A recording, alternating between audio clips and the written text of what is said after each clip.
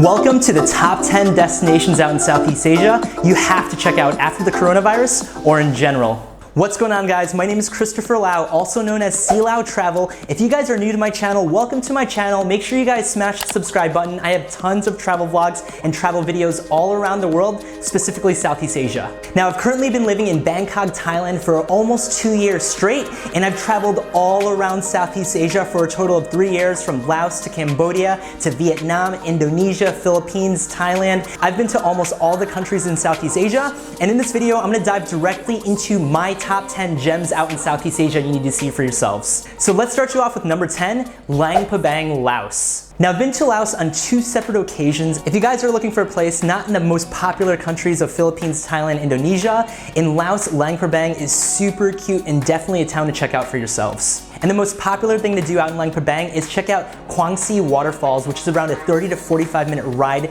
directly from Luang Prabang, which you can take a tricycle. It's actually waterfalls on top of waterfalls on top of waterfalls, and you could actually hike to the end of waterfall, which is this giant waterfall where you can trek to the very, very top and actually sit in these like little waterfall pools. Really beautiful, really unique. Out in Luang Prabang, they also have one of my favorite night markets I've ever experienced. I love trying new food. I love checking out night markets, and connected to that night market is about a 20 to 30 minute hike to the very, very top, which is one of the most beautiful, if not only, viewpoint out in Luang Prabang, Mount Pusi,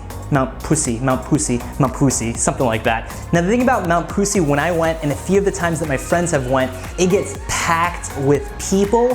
So this is like one of the hidden gems. No one is here, but everyone else. Oh God. And like the clouds just started blocking it. That's beautiful.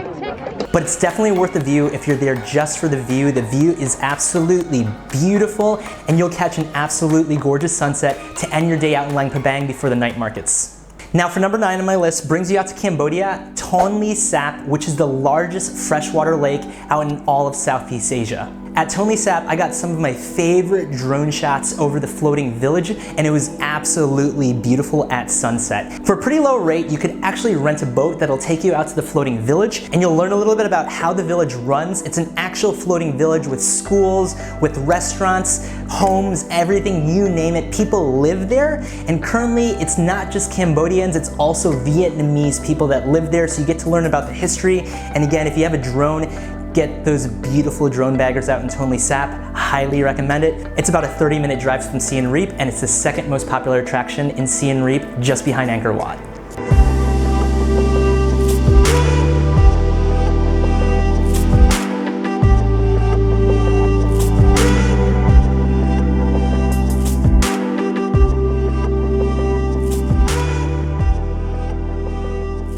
Now, for number 8 on my list, I want to take you to the very, very cute little town out in Vietnam called Hoi An. Now, I've been to Hoi An on 2 separate occasions, unfortunately by myself, and it's one of my favorite little towns in all of Asia to travel to. To get to Hoi An, you want to take either a bus, a train, or a flight to Da Nang, and it's about a 25-minute taxi ride. And when you guys get out to Hoi An, it's cute little cafes, and at night in Hoi An, it's some of my favorite vibes. All the lanterns come out, all the street vendors, there's night markets. You can even jump on a little boat and release lanterns into the river for like $1 or $2. Totally worth it. Love the vibes. They have tons of cafes, tons of restaurants, tons and tons of souvenir shops, and you can have one of the traditional delicacies out in Hoi An, Khao Lao, which is like a traditional noodle dish out in central Vietnam. Highly recommend it. Definitely check out Hoi An if you're with a loved one, with your family. I love the vibes, and it's right again in central Vietnam.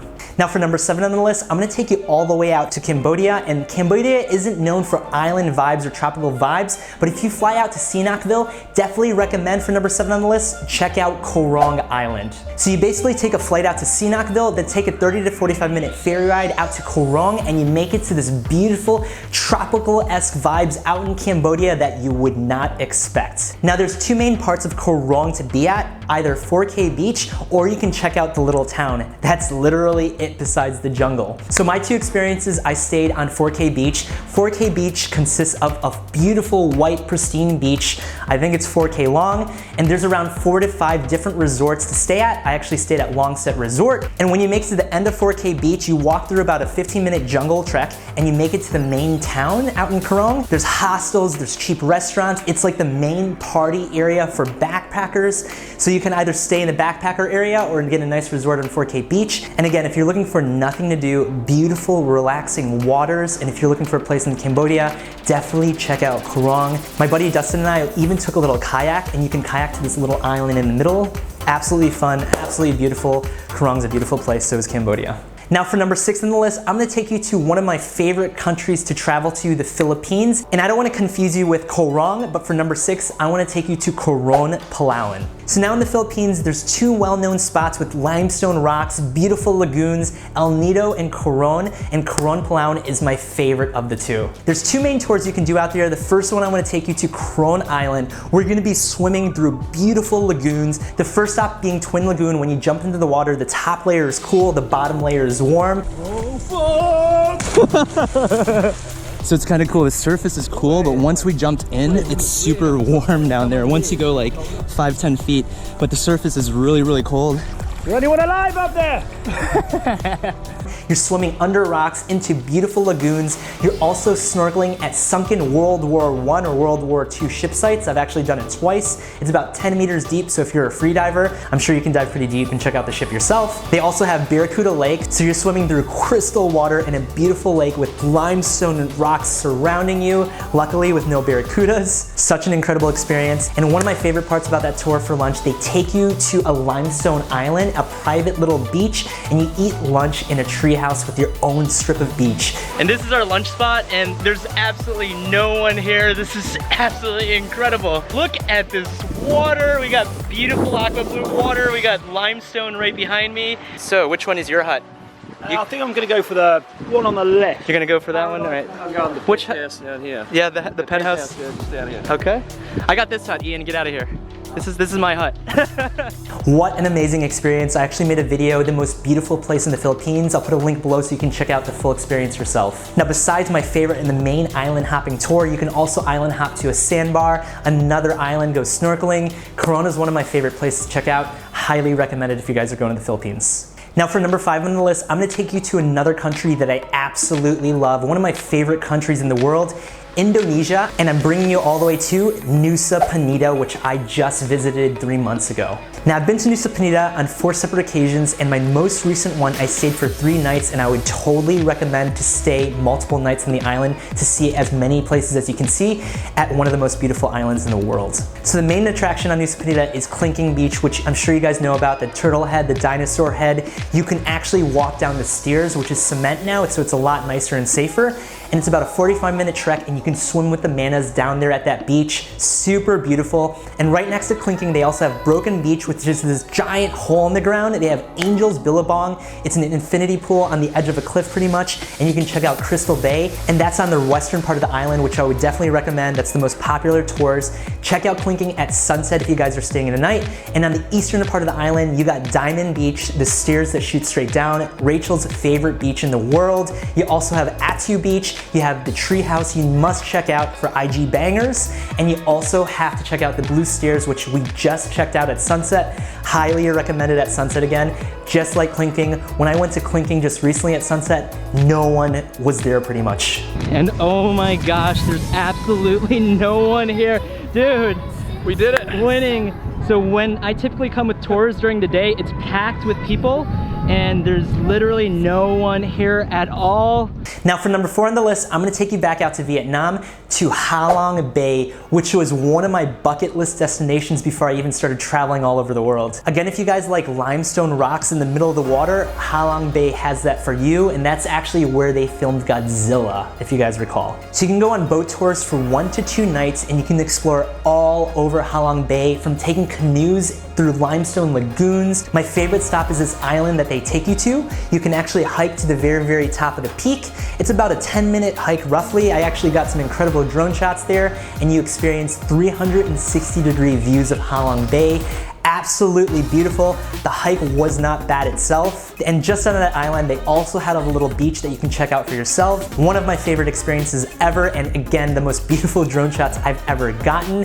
And my favorite part about the tours, they keep it very, very hands-on. So they actually have cooking classes. They also have morning Tai Chi sessions. It's such a fun experience to connect with others, and definitely an experience I would check out if you have a chance out in Vietnam, Halong Bay. Now, winding down on the list to number 3, I'm gonna take you to my home base country right now, Thailand, all the way out to the island of Koh Kood. So you can drive around 3.5 hours from Bangkok to Trat, take about an hour ferry ride to Koh Kood, and Koh Kood, if you haven't seen my video, holds some of the most beautiful beaches in all of Thailand. I'll actually put a link below. There's this beach called, I think it's Ao Noi Beach, that's arguably the most beautiful beach in all of Thailand. They actually have these rocks right in the water. When we Google searched it, they said the rocks was kind of like some artsy type form, which made the beach into like an artsy beach, quote unquote. But in general, the beach is super beautiful. The water is pristine.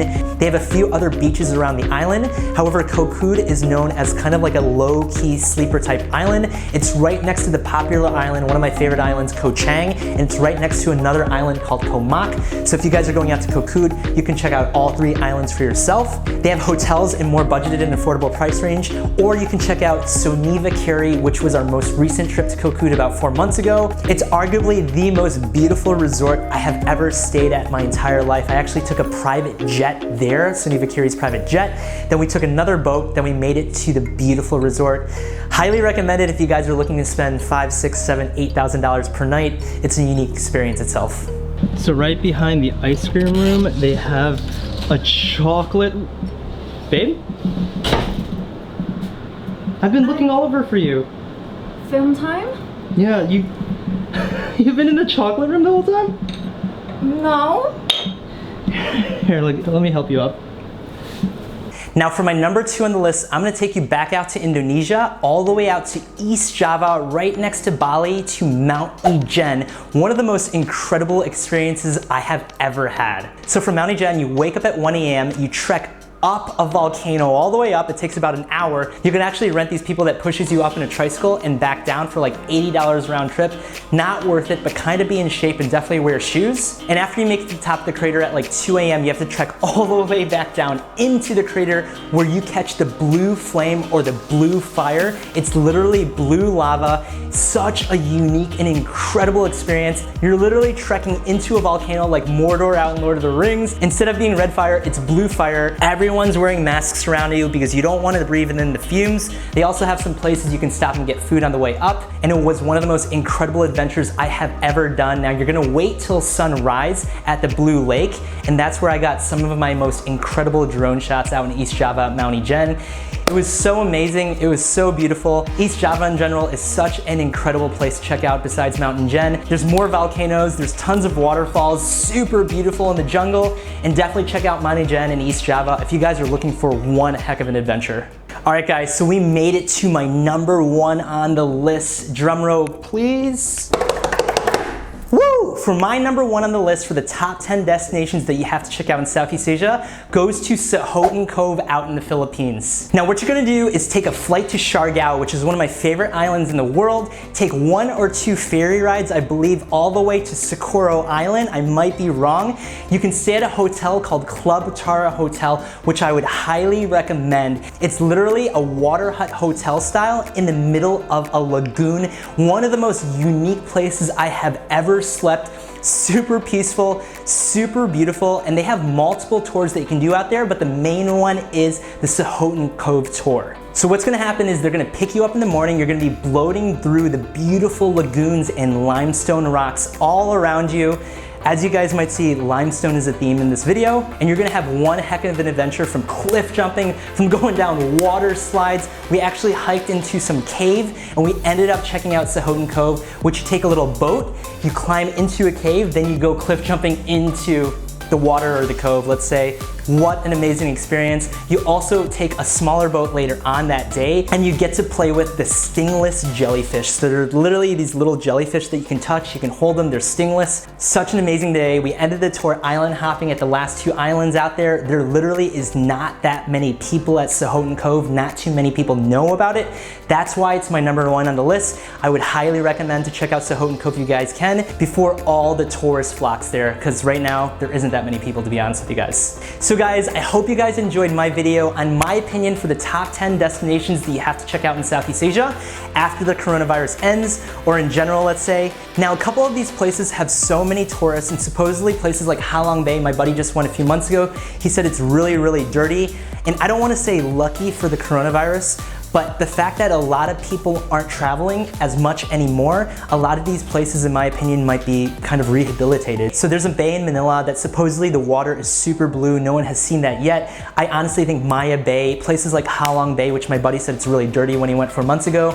I think the fact that the coronavirus is here and not many people are traveling or no one's traveling at all, those places will be definitely cleaned up. So in my opinion, check out all these places when you can travel after the coronavirus. And again, I hope you guys enjoyed this video. So make sure you guys smash the subscribe button and hit the like button on this video if you guys enjoyed this video. Comment down below maybe on some other gems that you guys might know about out in Southeast Asia. And make sure you guys hit that notification bell so you guys are notified for next videos. Otherwise, thank you guys so much for watching, and I'll catch you guys in my next one. Cheers.